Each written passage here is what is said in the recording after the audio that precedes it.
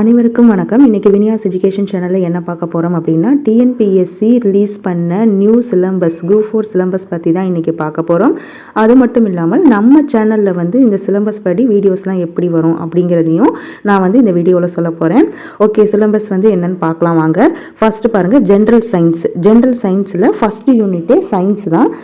சயின்ஸுக்கு பாருங்கள், மொதல் வெயிட்டேஜ்லாம் வந்து நம்மளாக தான் பார்த்துக்கணும், எந்தெந்த யூனிட்டுக்கு எப்படி எப்படின்னு சொல்லிட்டு ஒரு 2-3 கொஷின் முன்ன பின்ன இருக்கும். ஆனால் இங்கே வந்து என்ன ஒரு நல்ல விஷயம் அப்படின்னா, அவங்களே வந்து என்ன கொடுத்துட்டாங்கன்னா, இந்த யூனிட்லேருந்து இத்தனை கொஸ்டின் தான் கேட்போம் அப்படிங்கிறத அவங்க வந்து மென்ஷன் பண்ணிட்டாங்க. இது ரொம்பவே நல்ல விஷயம். ஏன்னா இதை வச்சு நம்ம வந்து எந்த யூனிட்டை வந்து படிக்கிறது அப்படிங்கிறத வந்து நம்ம நல்லாவே தெரிஞ்சுக்கலாம். ஓகே, சயின்ஸ்லேருந்து எத்தனை கொஸ்டின் கேட்குறாங்க அப்படின்னா 5 கொஸ்டின்ஸ் தான் கேட்குறாங்க. ஃபர்ஸ்ட் பாருங்கள், பேரண்டத்தின் இயல்பு, இயற்பியல் அளவுகளின் அளவீடுகள், இயக்கவியலில் பொது அறிவியல், விதிகள், விசை, அழுத்தம், ஆற்றல், அன்றாட வாழ்வில், இயந்திரவியல், மின்னியல் இதெல்லாம் கொடுத்துருக்காங்க. அடுத்து கெமிஸ்ட்ரியில் பாருங்கள், தனிமங்களும் சேர்மங்களும், அமிலங்கள், காரங்கள், உப்புக்கள். ஸோ அங்கே என்ன சயின்ஸ் இது இருந்துச்சோ அதே தான் இங்கேயும் இருக்குது. உரங்கள், பூச்சிக்கொல்லிகள், உலோகவியல். இங்கே வந்து 5 கொஸ்டின் கொடுத்துருக்காங்க. ஸோ வந்து நீங்கள் பார்த்து இதன்படி நம்ம வந்து என்ன செஞ்சுக்கலாம், படிச்சுக்கலாம்.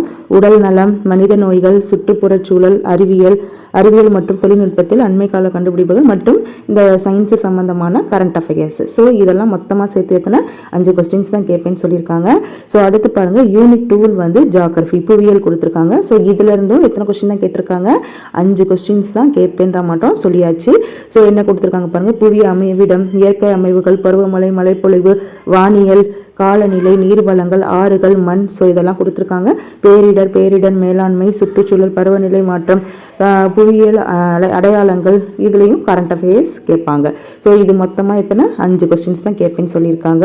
அடுத்து யூனிட் 3ல பாருங்கள், இந்தியாவின் வரலாறு, பண்பாடு மற்றும் இந்திய தேசிய இயக்கம். ஸோ ஹிஸ்ட்ரியில் பாருங்கள், ancient India, medieval India, modern India மூணுமே ப்ளஸ் இந்தியன் நேஷனல் மூவ்மெண்ட் இது எல்லாம் சேர்த்து எத்தனை 10 கொஸ்டின்ஸ் வந்து கொடுத்துருக்காங்க. என்னென்ன அப்படின்னு பாருங்கள், சிந்து சமவெளி நாகரிகம். இப்போ தான் நான் வந்து சிந்து சமவெளி நாகரிகம் சம்மந்தமாக ஒரு வீடியோ போட்டேன். அதாவது 6th, 9th, 11th ethics. So இதில் இருந்தெல்லாம் வந்து லைன் பை லைனாக கொஸ்டின் எடுத்து உங்களுக்கு ஒரு வீடியோ அப்லோட் பண்ணியிருக்கேன். ஸோ இதை வந்து பார்க்காதவங்க இந்த வீடியோவோட எண்டு ஸ்க்ரீனில் இருக்கும். ஸோ நீங்கள் அதை கிளிக் பண்ணி கூட பார்த்துக்கலாம். நான் வந்து டாபிக் வைஸாக இந்த சிலம்பஸ் வைஸ் வந்து நான் வந்து ஒவ்வொரு இதுக்கும் கொஸ்டின் ஆன்சர் போட்டுட்ருக்கேன். ஸோ வந்து நீங்கள் வந்து பார்த்துக்கலாம். இப்போ இனிமேட்டு எப்படி வரும் அப்படின்னா, இந்த ஒவ்வொரு டாப்பிக்காக எடுத்து அதை வந்து எந்தெந்த ஸ்டாண்டர்டில் வந்து இந்த இதெல்லாம் கவர் ஆகுது, இந்த டாப்பிக்லாம் கவர் ஆகுது அப்படிங்கிறதையும் எடுத்து நடத்துவேன். அது மட்டும் இல்லாமல் அதிலிருந்து கொஸ்டின்ஸ்லாம் போடலாம் அப்படின்ற ஒரு ஐடியா இருக்குது. ஸோ நீங்கள் தொடர்ந்து சேனலை ஃபாலோ பண்ணிட்டு வாங்க. அடுத்து பாருங்கள், இதில் வந்து சிந்து சமவெளி நாகரிகம், குப்தர்கள், தில்லி சுல்தான்கள், முகலாயர்கள், மராத்தியர்கள் கொடுத்துருக்காங்க. தென்னிந்திய வரலாறு, மறுமலர்ச்சி, ஆங்கிலேயர் ஆட்சிக்கு எதிரான தொடக்க கால எழுச்சிகள், இந்தியன் நேஷனல் மூவ்மெண்ட்டு, தலைவர்கள் உருவாதல், யாரெல்லாம் கொடுத்துருக்காங்க, B.R. அம்பேத்கர், பகத்சிங், பாரதியார் வந்து பாருங்கள் ஜென்ரல் சயின்ஸில் கொடுத்துருக்காங்க. தமிழில் கொடுத்துருந்தாங்க இல்லையா, இப்போ ஜென்ரல் சயின்ஸ்லையும் கொடுத்துருக்காங்க. வ.உ. சிதம்பரனார், தந்தை பெரியார், ஜவஹர்லால் நேரு, ரவீந்திரநாத் தாகூர், காமராசர், மகாத்மா காந்தி, மௌலானா அபுல் கலாம் ஆசாத், ராஜா சுபாஷ் சந்திரபோஸ், முத்துலட்சுமி அம்மையார், மூலர் ராமாமிர்தம் மற்றும் பல தேச தலைவர்கள். ஸோ வந்து தேச தலைவர்கள்லாம் நம்ம படிச்சு தான் ஆகணும். ஸோ 6th to 12th வரைக்கும் நம்ம வந்து என்ன பண்ணணும், படிச்சு தான் ஆகணும் ஜென்ரல் சயின்ஸு. ஓகே, அடுத்து பாருங்கள், தமிழ்நாட்டு விடுதலை போராட்டத்தின் பல்வேறு முறைகள், இயக்கங்கள். ஸோ ஜென்ரல் சயின்ஸை பொறுத்த வரைக்கும் நம்ம என்ன பண்ணிடணும், 6th to 12th வரைக்குமே படிச்சிடணும். ஸோ அதை வந்து நம்ம என்ன பண்ண முடியாது, ஒமிட் பண்ண முடியாது. ஜென்ரல் தமிழில் தான் நிறையா சேஞ்சஸ் வந்து கொண்டு வந்திருக்காங்க. ஓகே, அடுத்து பாருங்கள், யூனிட் 4ல் வந்து இந்திய ஆட்சியியல், அதாவது கான்ஸ்டியூஷன்லேருந்து 15 கொஸ்டின்ஸ். நம்ம வழக்கமாக என்ன பண்ணுவோம், எதுக்கெல்லாம் முக்கியத்துவம் கொடுப்போம் அப்படின்னா, கான்ஸ்டியூஷன், ஹிஸ்ட்ரி, இந்தியன் நேஷனல் மூவ்மெண்ட்டுக்குலாம் முக்கியத்துவம் கொடுத்து படிப்போம் இல்லையா. அவங்க எத்தனை கொஸ்டின் கேட்போம் அப்படிங்கிறதையும் அவங்க வந்து மென்ஷன் பண்ணிட்டாங்க. ஸோ ஹிஸ்ட்ரிக்கு இந்த வாட்டி முக்கியத்துவம் கொடுக்கணும். ஏன்னா வந்து இங்கே கொடுத்துருக்காங்க பாருங்கள், இங்கே ஒரு 5 கொஸ்டின்ஸ் இருக்கு இல்லையா, பின்னாடி நான் வந்து சொல்லுவேன். நான் இங்கே ஹிஸ்ட்ரியில் வந்து இங்கே வந்து ஒரு 10 கேள்வி வந்து கொடுத்துட்டாங்க. 10 கொஸ்டின் வந்து ஹிஸ்ட்ரியில் இங்கேயும் இருக்குது, பின்னாடியும் இருக்குது. ஓகே, இங்கே பாருங்கள், இந்திய ஆட்சியல், அதாவது கான்ஸ்டியூஷன், இதிலிருந்து 15 கேள்விகள் வரும். ஏன்னா இந்திய அரசியலமைப்பு, முகவரை, அரசியலமைப்பின் முக்கிய கூறுகள், ஒன்றியம், மாநிலம், யூனியன் பிரதேசங்கள், குடியுரிமை, அடிப்படை உரிமைகள். ஸோ இந்த மாதிரி நிறையா கொடுத்துருக்காங்க. மாநில உறவுகள், தேர்தல், இந்திய சட்டத்தின் ஆட்சி, இந்த மாதிரி மனித உரிமை, சாசனங்கள், இந்த மாதிரி நிறையா கொடுத்துருக்காங்க. ஸோ வந்து கான்ஸ்டியூஷனுக்கு 15 கொஸ்டின்ஸ் வந்து கான்ஸ்டியூஷன்லேருந்து கேட்பேன்னு சொல்லியிருக்காங்க. அடுத்து யூனிட் 5ல் பாருங்கள், இந்திய பொருளாதாரம் மற்றும் தமிழ்நாட்டில் வளர்ச்சி நிர்வாகம். அது எத்தனை கொஸ்டின்னா ஒரு 20 கொஸ்டின்ஸ் வந்து கேட்குறாங்க. இது எக்கனாமிக்ஸ்லையும் இது தமிழ்நாட்டோட வளர்ச்சி நிர்வாகம், அது தமிழ்நாடு சம்மந்தமானது. எத்தனை கொஸ்டின்? ஒரு 20 கொஸ்டின்ஸ் வந்து கேட்குறேன்னு சொல்லியிருக்காங்க.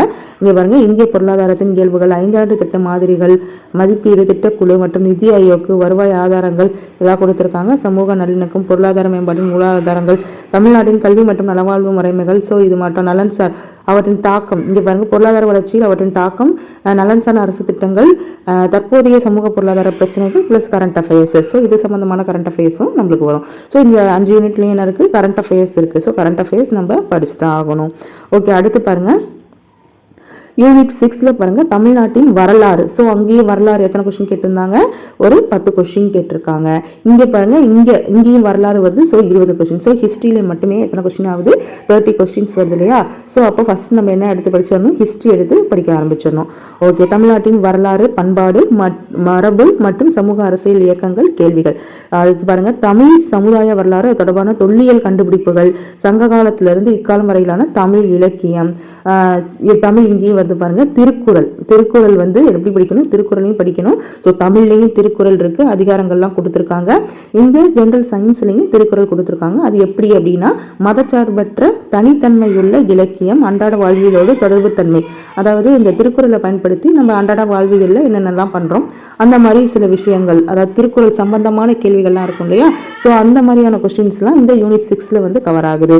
திருக்குறளும் மாறாத விழுமியங்களும், சமூக அரசியல் பொருளாதார நிகழ்வுகளில் திருக்குறளின் பொருத்தப்பாடு, திருக்குறளின் தத்துவ கோட்பாடுகள். ஸோ இந்த மாதிரிலாம் கொடுத்துருக்காங்க. தமிழ்நாட்டின் பல்வேறு சீர்திருத்தவாதிகள், சீர்திருத்த இயக்கங்கள் மற்றும் மாற்றங்கள் யூனிட் 6ல் வந்து கொடுத்துருக்காங்க. இதுதான் ஜென்ரல் சயின்ஸை பொறுத்த வரைக்கும் என்னது 6 யூனிட் கொடுத்துருக்காங்க. ஸோ ஒவ்வொரு யூனிட்டுக்கும் எத்தனை கொஸ்டின்ஸ் வந்து கேட்பாங்க அப்படிங்கிறதுலையும் மென்ஷன் பண்ணிட்டாங்க. ஸோ ஃபர்ஸ்ட் நம்ம ஹிஸ்ட்ரி எடுத்து படிக்க ஆரம்பிச்சோன்னா ஹிஸ்ட்ரியை ஸ்டார்ட் பண்ணிடுவோம். நம்ம சேனலில் ஆல்ரெடி சிந்து சமவெளி நாகரிகத்துக்கு ஒரு வீடியோ அப்லோட் பண்ணியிருக்கேன், பார்க்காதவங்க பாருங்கள். ஓகே, அடுத்து பாருங்கள், அடுத்து மேக்ஸ் பொறுத்த வரைக்கும் 2 யூனிட் இருக்குது. என்ன அப்படின்னா, திறனறி கேள்விகள் வந்து ஒரு 15 கொடுத்துருக்காங்க. காரணவியல் அது வந்து ஒரு 10 கேள்விகள் கொடுத்துருக்காங்க. திறனறியில வந்து எப்பயும் போல இந்த சுருக்குதல், விழுக்காடு, எல்சிஎம், HCF இதெல்லாம் கொடுத்துருக்காங்க. தனி வெட்டி, கூட்டு வெட்டி, ஏரியா, கொள்ளளவு, காலம், டைம் அண்ட் ஒர்க் இதெல்லாம் இருக்குது. ஸோ காரணவியல் அந்த இது இருக்கு இல்லையா, லாஜிக்கல் ரீசனிங். ஸோ அது வந்து தர்க்க காரணவியல், புதிர்கள், பகடை, காட்சி காரணவியல், எண்ணெழுத்து காரணவியல், எண் வரிசை. ஸோ இதெல்லாம் கொடுத்துருக்காங்க ரெண்டுத்துக்கும். இங்கே பாருங்க, இதில் வந்து ஒரு 15 கொஸ்டின் கேட்குறாங்க. லாஜிக்கல் ரீசனிங்லேருந்து ஒரு 10 கொஸ்டின்ஸ் வந்து கேட்குறாங்க. ஓகே, அடுத்து பார்க்கலாம். அடுத்து பாருங்க, தமிழ் தான் பகுதி ஈல கொடுத்துருக்காங்க. ஸோ தமிழ் வந்து 10ஆம் வகுப்பு தரம் 100 கேள்விகள் வந்து கேட்பாங்க. ஸோ வந்து யூனிட் 1ல் வந்து பாருங்க, இலக்கணம் மட்டுமே 25 கேள்விகள் வந்து கேட்குறாங்க. இலக்கணம் என்னது? 25 கேள்விகள். ஃபர்ஸ்ட் எழுத்துலையும் சொல்லுலையும் இருந்து மட்டும் தான் கொடுத்துருக்காங்க. முதல் இலக்கணம் வந்து 5 வகைப்படும் இல்லையா, எழுத்து, சொல்லு, பொருள், யாப்பு, அணி. ஸோ இந்த எழுத்து சொல்லு மட்டும்தான் இதில் வந்து கொடுத்துருக்காங்க. ஓகேவா? இப்போ எழுத்துல வந்து பாருங்க, பிரித்து எழுதுதல், சேர்த்து எழுதுதல், சந்திப்பிழை, குரல் நெறில் வேறுபாடு, லகர வேறுபாடு, நகர வேறுபாடு. ஸோ இதெல்லாம் கொடுத்துருக்காங்க. இணை எழுத்துக்கள் அறிதல் கொடுத்துருக்காங்க. சுட்டெழுத்துக்கள், வினா எழுத்துக்கள், ஒருமை பன்மை அறிதல். ஸோ இதெல்லாம் கொடுத்துருக்காங்க. அடுத்து சொல் பாருங்க, வேர்ச்சொல் அறிதல். அதாவது இலக்கணத்துல நம்ம இதெல்லாம் படிப்போம் இல்லையா, அந்த பின்னாடி கொடுத்துருக்கிறதெல்லாம். ஸோ அதை எல்லாமே நம்ம வந்து படிச்சுக்க வேண்டியதுதான். இலக்கணம் அப்படிங்கிறனாவே கொஞ்சம் எளிதாக தான் இருக்கும். வேர்ச்சொல்லில் இருந்து வினைமுற்று எப்படி எழுதுறது, வினையச்சம், வினையாளரையும் பெயரச்சம் வகை அறிதல். ஸோ இந்த மாதிரிலாம் கொடுத்துருக்காங்க. ஸோ எழுத்து சொல்லும் கொடுத்துருக்காங்க. நம்ம செய்யுள் படிக்க வேண்டிய அவசியம் இருக்காது. அதுதான் நம்மளுக்கு பெரிய பாரத்தை வந்து குறைச்சி விட்டுருக்காங்க. ஓகே, அடுத்து பாருங்க, யூனிட் 2 பாருங்க, சொல் அகராதி அப்படின்னு சொல்லிட்டு அதுல இருந்து ஒரு 15 கேள்விகள் வந்து கேட்கறதா சொல்லியிருக்காங்க. எதிர்ச்சொல்லை எடுத்து எழுதுறது, ஓரெழுத்து ஒருமொழி, உரிய பொருளை கண்டறிதல், ஒரு பொருள் தரும் பல சொற்கள், பொருந்தா சொல்லை கண்டறிதல், அகர வரிசை. ஸோ இந்த மாதிரி சொற்களை சீர் செய்தல் இதெல்லாம் கொடுத்துருக்காங்க. அடுத்து பாருங்க, இரு பொருள் குறிக்கும் சொற்கள், அப்புறம் பேச்சு வழக்கு, எழுத்து வழக்கு, சொல்லும் பொருளும் அறிதல் இதெல்லாம் கொடுத்துருக்காங்க.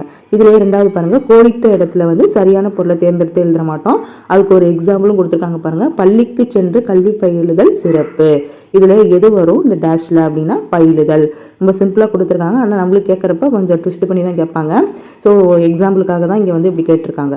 வானில் முகில் தோன்றியதனால் மழை பொழியும். ஸோ முகில்னானது மேகம் தானே. அப்போ இது 2ல நட்சத்திரம் வருமா முகில் வருமானா முகில் தான் வரும். ஸோ இந்த மாதிரி அவங்க ஒரு எக்ஸாம்பிளும் கொடுத்துருக்காங்க. பொருத்தமான பொருளை தெரிவு செய்தல்.